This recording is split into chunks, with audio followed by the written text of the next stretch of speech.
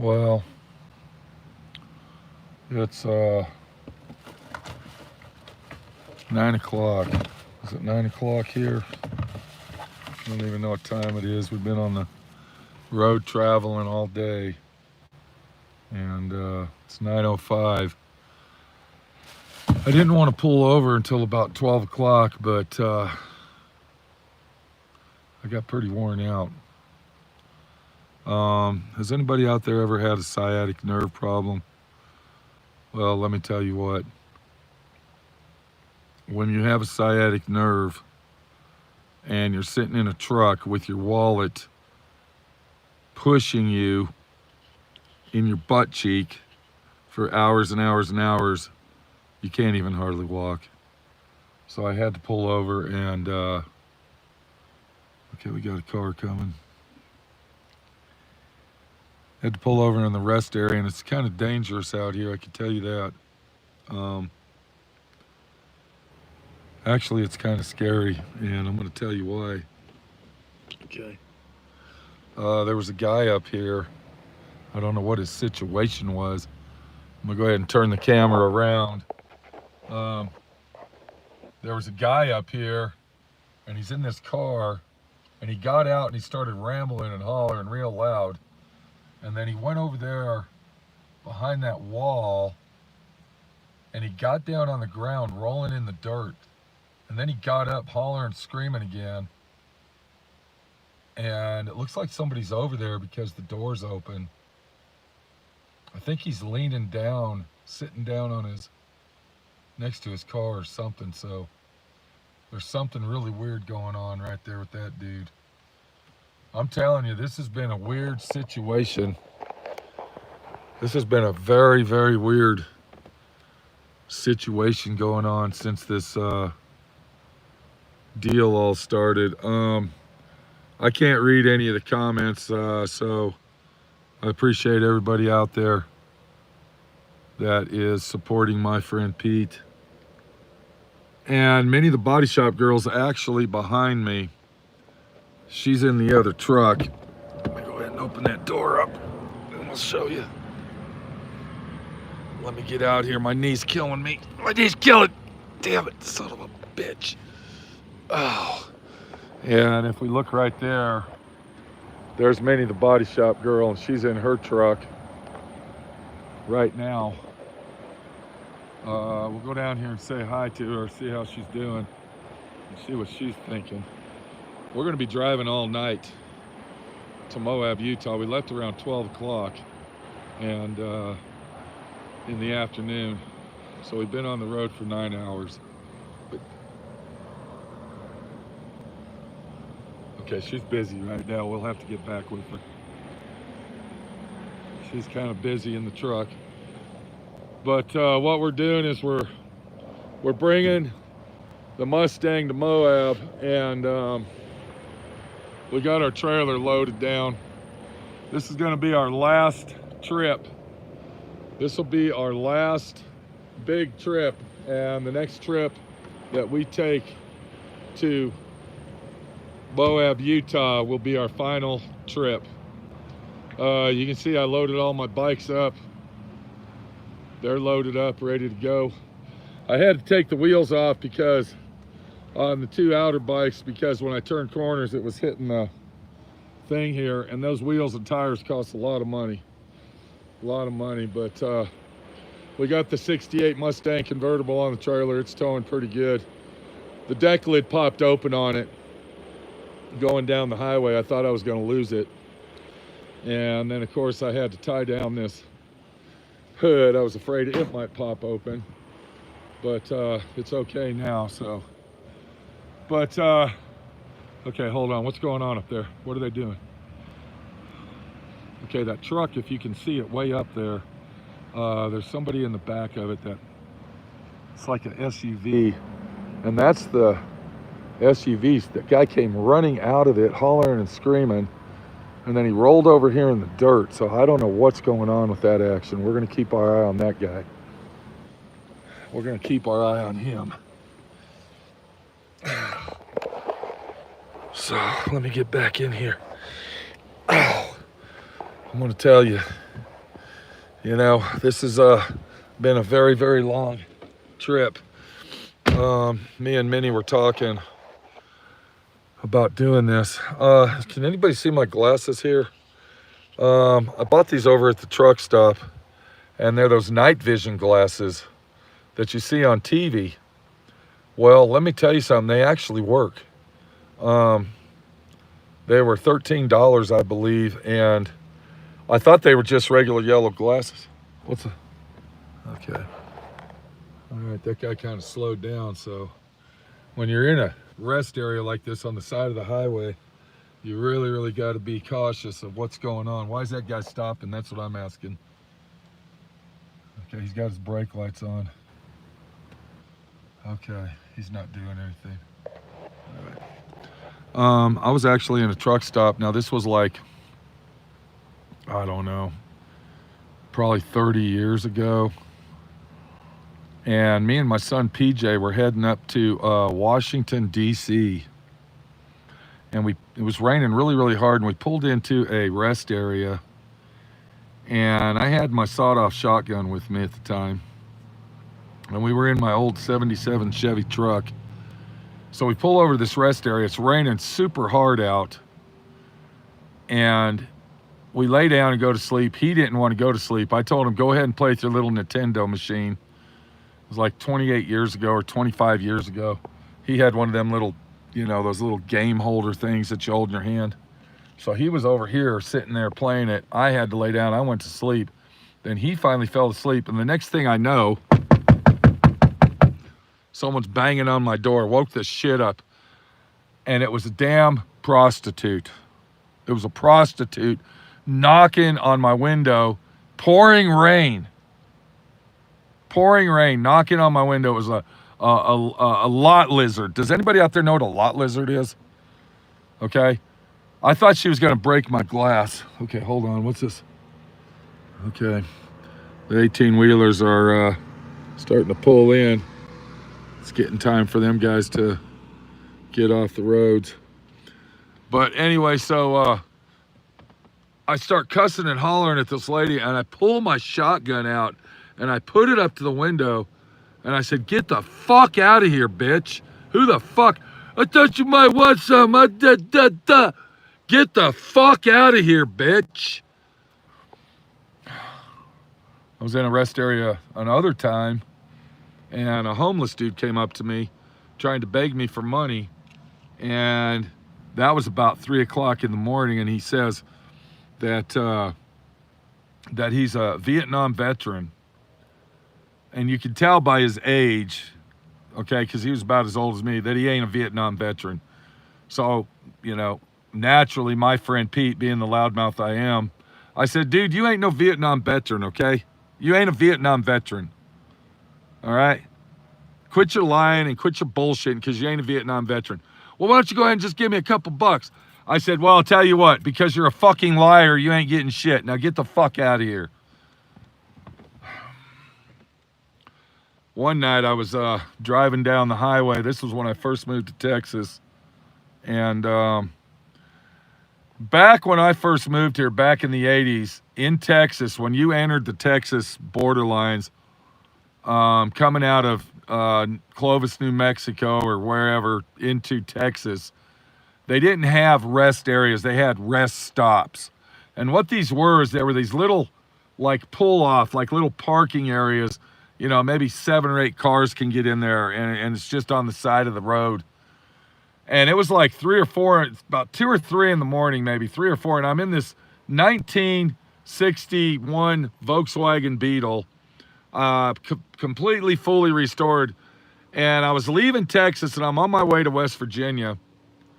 And I wanted to drive my Volkswagen all the way across the United States. It had a 40 horsepower, no, it was a 36 horsepower engine. So I had the 36 horsepower engine in a 1961 completely fully restored Volkswagen Bug that I completely restored. And I wanted to drive that thing. Now, you got to understand, speed limits back then were only 55 miles an hour. So at that time, my little Volkswagen, it could keep up with traffic.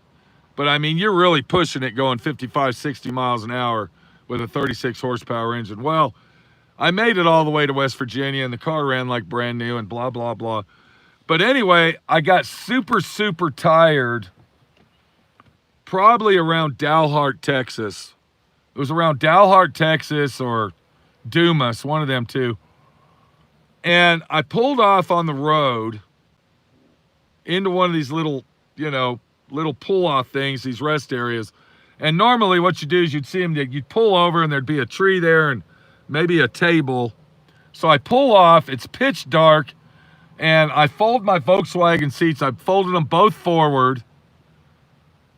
And then I crawled in between the seats where, I was on top of the front seats and I was on top of the back seat.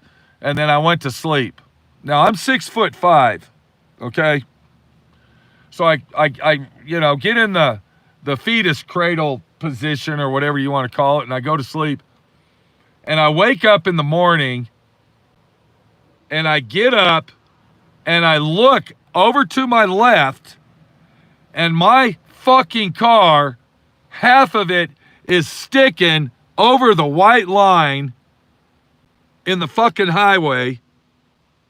And I'm not even in a little rest area thing. I'm just like pulled over to the edge where the dirt meets the road. I was freaking out. An 18-wheeler could have came by and hit my Volkswagen and completely crushed me and killed me instantly. That was pretty scary, let me tell you what.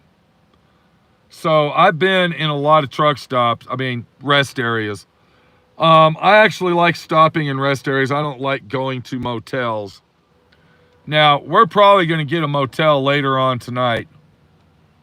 We're just actually pulling over just to rest, and we're like 100 miles away from Albuquerque on our way to Moab. And depending on how Minnie feels, we're probably going to get a motel when we get to Farmington or something. I don't know. But rest areas can be very, very scary if you're not careful. If you're a timid, shy guy or a girl, you do not want to pull into a rest area and rest at nighttime, especially in this day and age. Speaking of this day and age, there's a lot of action going on across the United States. When I came back from Moab the last time I went, we had the virus thing going on. And I don't want to mention virus due to the fact that we might get this video kicked off of YouTube. So we're going to say the thing. So the thing started, and I was in Moab, Utah when it all started. So being in a small town USA type environment with, 3,000 people population, you're thinking the worst. You're listening to the news, you're sitting around, and then when you leave to go back to, big city America, and you get out on the highways and you don't see the 18-wheelers like you used to, and you don't see any traffic, you're freaking out, okay? You're freaking out like it's doomsday, it's the end of the world, and I was just like totally, just freaking out. I couldn't sleep. I just wanted to get my ass home, and I was freaking out because in Moab, Utah, they're really taking the thing seriously. Even to this day, from what I understand, they're taking it like more than extreme serious. We probably won't even go in town when we get there. We're probably just going to go to my shop, my homestead. We're going to do our thing, and then we're hauling ass. I'm not even going to stay there because, okay, let me tell you something. If I go to town and they tell me it's mandatory to wear a mask inside a store because it's a tourist town, I'm in town to fuck off. I'll fucking get loud. I'm not going to bullshit. Okay? I am not going to lie. We went to an estate sale last weekend, and we drove 47 miles to this fucking estate sale because there was some furniture there that Minnie wanted to look at. And we kind of figured they were going to make us wear a mask, so we had bandanas. We had these bandanas in case we had to wear them. We get out of the truck, and some people are going to be insulted by the way that I feel about masks. I'm sorry. Some people are going to think that I'm being selfish and I'm being arrogant. But let me ask you a question. Do masks really help, or do they make the problem worse? I'm going to let you answer that question, okay? I'm going to let you answer that question. Why did my lights just come on in my truck when the key's not even in there? No, that's fucking weird. Where is my fucking key? Damn it. I gotta find my key. I thought I had it right here. There it is, okay. I don't know why my lights came on in my truck. That's kind of weird. Oh. Okay, so anyway, back to what I was talking about. I don't want anybody to get offended by the way I feel about the mask, okay? And what I feel about the situation. If you think that a mask is going to help you, then wear it. Wear the mask and, go everywhere in the world and think that you're going to be saved. Okay, I don't want to go into the structure and a molecular detail of what really happens to the insides of your lung tissues and to your nasal passages and your throat while you're wearing this mask all the time. I've even been places where they're actually wearing masks and face shields. And the face shields they're wearing, it says face shield on the top right here. I mean, really ridiculous.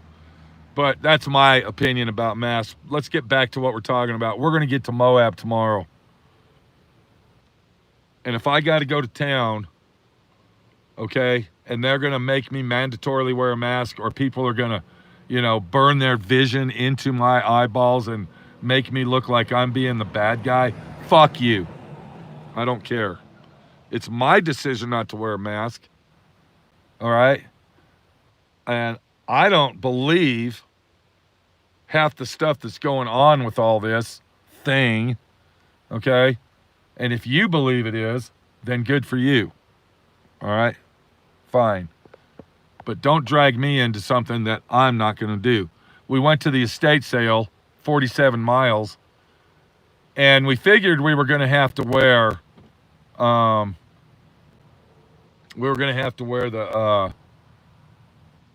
the mask thing. So we had our bandanas because many wanted to check this furniture out. Well, they went to more of an extreme than that, okay? They went to the extreme. I hope everybody can hear me here. I don't even know if we're getting any audio. Give me a couple thumbs up. Make sure that this isn't really being a waste of time. But we get to the estate sale, 47 miles, and they even went to the extreme that they didn't just want you to wear a mask. They wanted to take your temperature before you went in to the estate sale. Of course, Minnie hit the ceiling.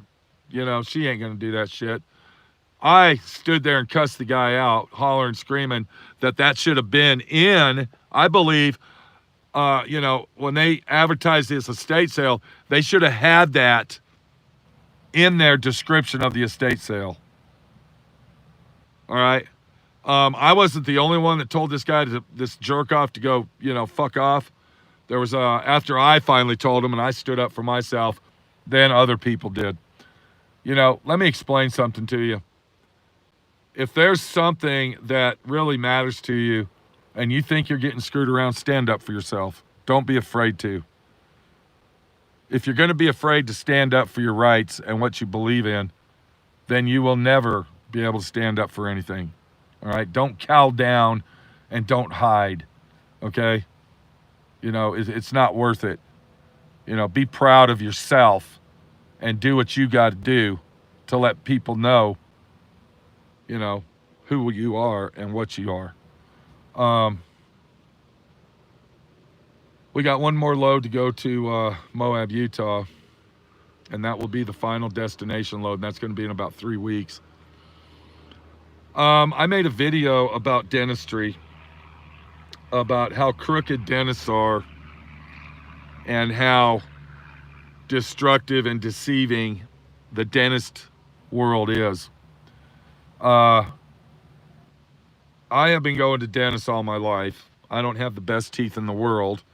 I used to have a very nice set of teeth until my bridge broke over here and I lost my 3 molars. Okay, on this side I had a bridge here and I lost that, and then I had to start chewing everything on this side, and then this back tooth broke, and then it was a domino effect.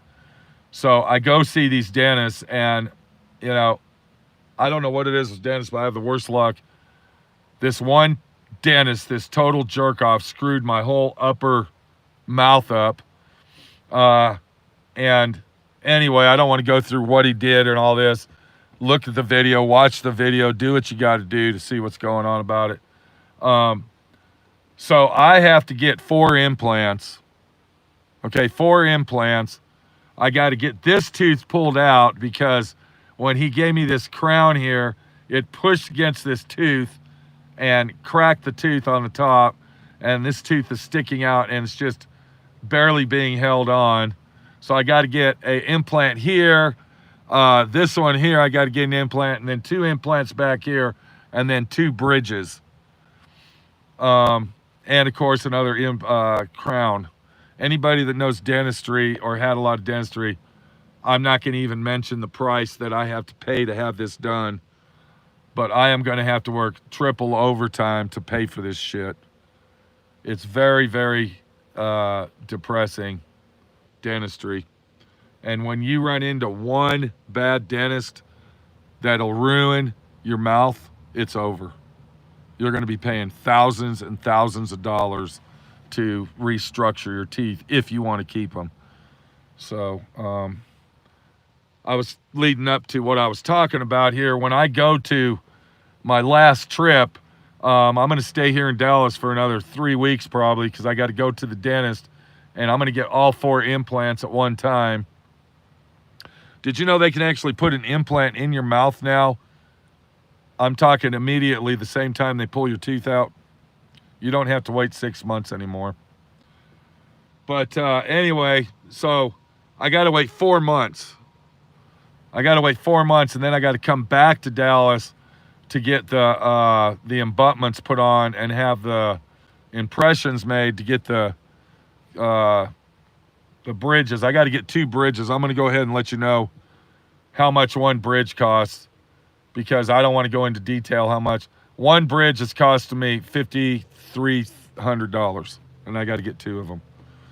That doesn't count the implants and abutments and all this other shit that goes along with it. So, but I need to make a couple trips back and forth. I got the Mustang. I'm going to have to bring that back.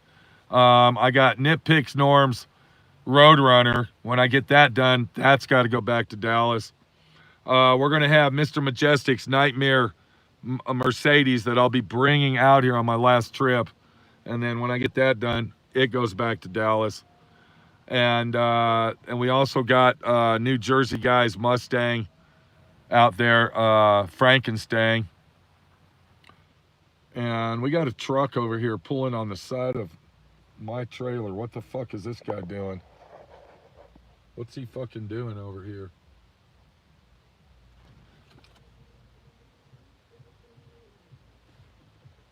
Okay. All right, he's the rest area maintenance manager. All right. Hopefully he's just changing the trash. I don't know what he's doing, but it says rest area management. He's got that music playing really, really loud. Okay, we'll leave him alone for right now. So we still got a couple trips that we got to take to go back to Dallas. And, you know, I'm going to tell you something. A 17-hour trip is very, very, very exhausting. We've been driving out to Moab back and forth now for 5 years. We're going on 5 years. I can tell you one thing. I'm not really excited about going to Moab. I'm more, I don't know, speculative, you might say, or nervous. What I've learned about moving from a big city to a small town like Moab, let's say a tourist town, It's totally different. And you got to kind of get into the atmosphere of being accepted there. So when you're in that kind of a situation, it makes you very speculative and nervous, and to the point where, you know, you kind of wish you would have never done this, but it's too late. We aren't turning back.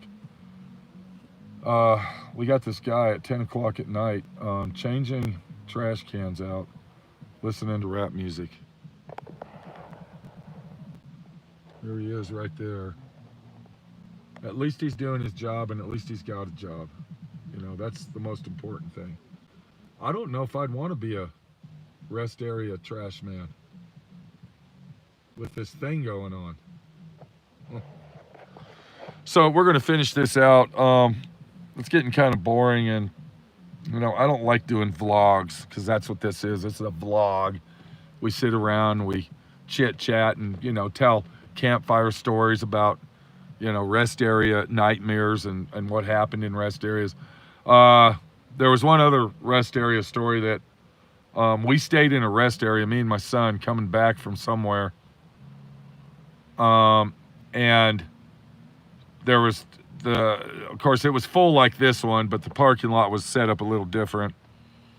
And 2 or 3 cars over from us, in the middle of the night, somebody broke the door open on the car and grabbed the kid and hauled ass. So that was pretty scary. That was pretty weird. We were held up at the rest area. We were held up for like 12 hours.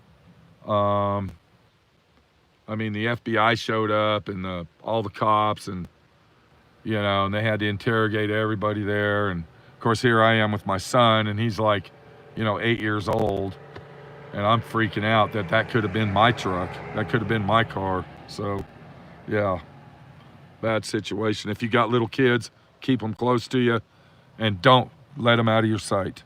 Do not let them out of your sight.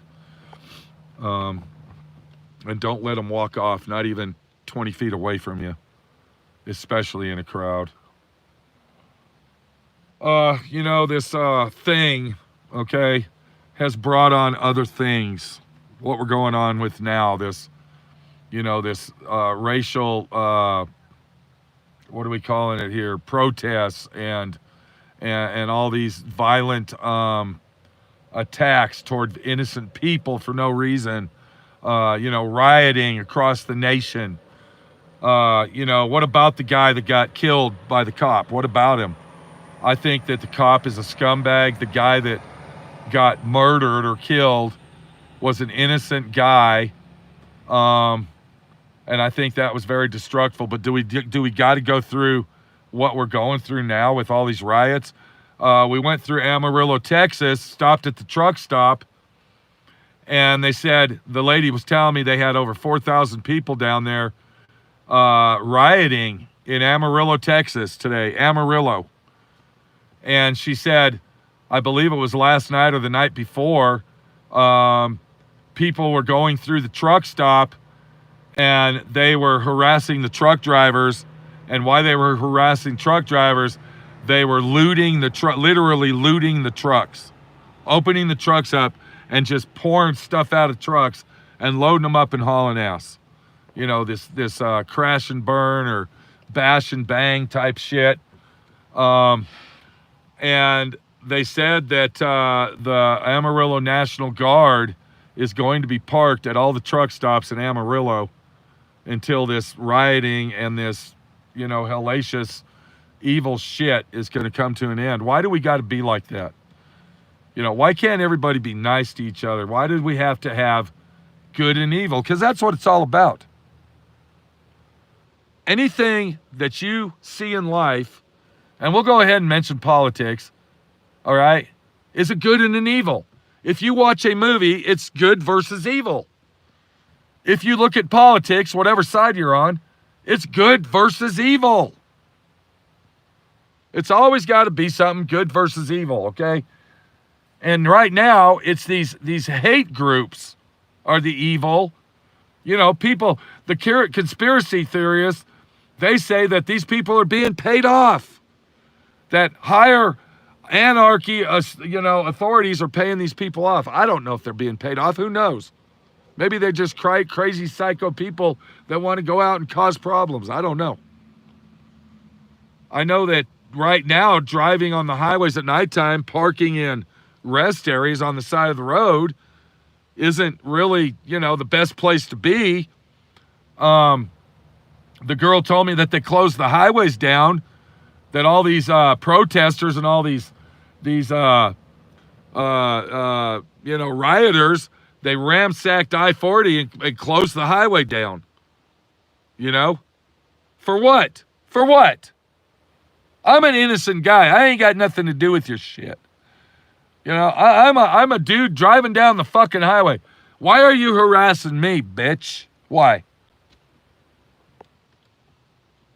It's a real shame that what happened to that guy that got kneed to death, we'll just say. And I also heard that the cop finally got arrested, and they're only going to charge him with third-degree murder. They'll probably drop it down to manslaughter. He'll probably get 9 months prison, 5 years prison. They'll drop that down for good behavior, and he'll probably serve his time in the county jail in protective custody, and then get 10 years parole. And then on top of that, since he'll be a risk, because there's going to be millions of people out there that hate him, the government will probably give him a new identity and pay for all that shit so he can go live a normal life. Justice. What can we say about it? That's how justice works. Justice is a criminal's best friend, you might say. Anyway, this is Pete. I'm not in a situation like I was last time coming back to Dallas. We're in a better place right now, and things are looking up, and hopefully things are going to work out and be good for me and Minnie the Body Shop girl, and hopefully, Moab will treat us right. That's what I'm hoping. I do have a backup plan that if it doesn't work out in Moab, I'm not going to bullshit around. I'm not going to shit around. I'm not going to wait around. I will sell my place out there immediately, and I will find 3 or 4 acres in Fruita, Colorado, with a house, with a shop, and I will move. I am not going to put up with, it takes 3 or 4 years to accept you here, and all this, local bullshit. I ain't going to do it, okay? I'm sorry. I'm 58 fucking years old. I ain't got time for personality fuck-off games. It ain't happening, bitch. I will just pack my shit and fucking leave. Plain and simple. This is Pete, my friend Pete, your friend Pete, in a truck stop in somewhere in the United States. I'm sorry, a rest area. And watching the rest area starting to get packed up with not just 18-wheelers, but with trucks and trailers of people that need to rest. We'll see you later. Take it easy. And hopefully you got your shit together. And if you have a dream in life that you've always dreamed about and you want to keep that dream, grab that motherfucker by the balls, squeeze it as hard as you can, juice that son of a bitch, and start making that dream come true. Because if you don't do it now, you will never fucking do it. If it's a lifelong dream that you've dreamed of, and you're skeptical of if it's going to work or not, like I am with Moab, you will never fucking know unless you do it. And if you don't do it, you will always tell yourself, I should have, would have, could have done it. Okay? So don't fucking hesitate. Do it. If it's a dream that you've been wanting to do something all your life, do it. It's not the end of the fucking world. There's other options like the option I got. All right? You see what I'm saying? This is something I wanted to do all my life since I was a little kid. Well, I'm doing it. And if it doesn't work out, then I fucking move on. I move on and I just, take it by the ass cheek and say, fuck it, it didn't work. But I fucking did it. And that's what counts the most. We got to go. Take it easy. We'll see you later. And God bless everybody out there. And, you know, support my friend Pete. Buy a t-shirt. Can you do that? Okay? Right below the description, right above the comments, right in the center. You know, click that merchandise and get a fucking t-shirt that says SWRNC. All right? Southwest Rod and Custom. Okay? Show your support and help my friend Pete. In the meantime, we got to go. I got to go check on Minnie the Body Shop girl and make sure she's okay. Take it easy.